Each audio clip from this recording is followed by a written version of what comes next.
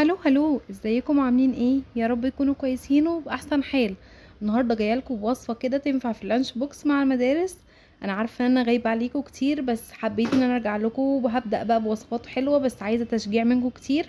هنعمل بقى كده وصفه 12 وحده حلوه للاطفال في المدارس من الكب كيك، بس بعجينه مختلفه وببضايه واحده هتكوني عامله احلى كب كيك للاطفال في المدارس.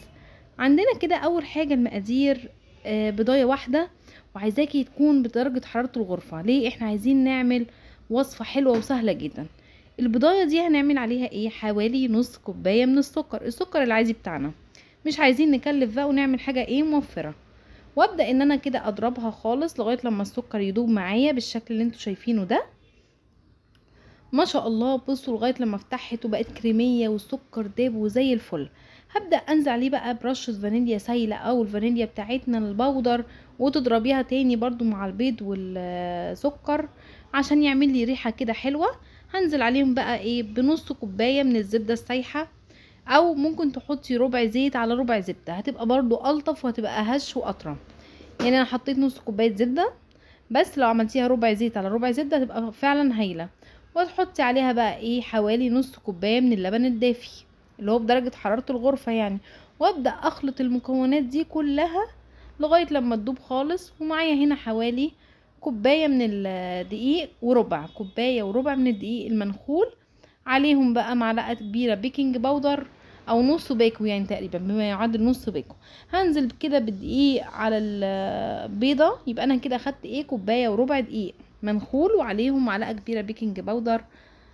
فحلو قوي كده المقادير بقت. بصوا التماسك بتاعها ده المطلوب. هبدا اجيب بقى قالب الكب كيك. بصوا انا عندي عملت لي 12 واحده، وهجيب بقى باي بتاعه اي حاجه اعمل بيها اغرف بيها كبشه صغنونه بتاعه المعايير، بحيث يبقى الكب كيك كله قد بعضه متساوي. هبدا ان انا ايه احط المكونات كده كلها.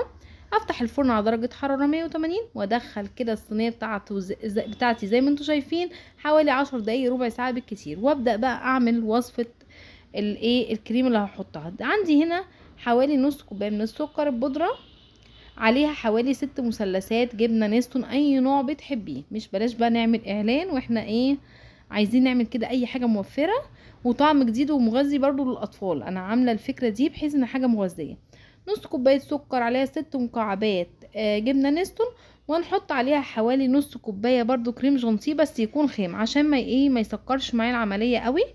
وابدا ان انا اخلطهم بقى بلبن متلج، ميه متلجه زي ما انت عايزه، بس انا هنا حطيت لبن متلج عشان تبقى برضو الوصفه ايه غنيه. ما عندكيش لبن استبدليه بميه متلجه.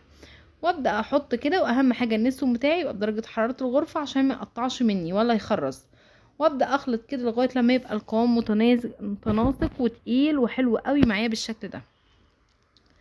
ايه رايكم؟ فعلا بجد وصفه جميله وحلوه قوي. عندي بقى هنا الكب كيك بتاعي هيبدا يطلع. بصوا ما شاء الله نافش وجميل ازاي زي بتاع الافران، والاطفال هتفرح بيه قوي في المدرسه. ومش مكلف يا جماعه، كله بضايه واحده. ونبدا بقى ناخد كده كيس الحلواني، اغرف بقى الكريمه اللي احنا حطيناها دي مش كريم جانتيه. ما عندكيش نستون وعايزه تعمليه بكريم جانتيه بس براحتك. يعني التزويق ده ممكن تسيبيه ساده خالص لو عايزه توفري اكتر، مفيش مشكله، بس احنا بنفرح الاولاد. وكله والله امكانيات بسيطه جدا وعلى قد ايدينا. نبدا بقى نزود الكب كيك بتاعنا كده الوحدات بتاعتنا لغايه لما نغطي كل الكميه. وابدا بقى عندي شويه شيكي بون، عندي شوكليت شيبس، اي حاجه نبدا نحطها عليها بالشكل ده. هتبقى تحفه جدا والاولاد هيفرحوا بيها بالشكل اللي انتوا شايفينه ده. الالوان جميله. ولو عجبتك الوصفه ما تنسيش تضغطي لايك وشير وتفعلي زر الجرس وتكتبوا لي في الكومنتات عايزين نقدم لكم وصفات حادق ولا حلو. وباي باي.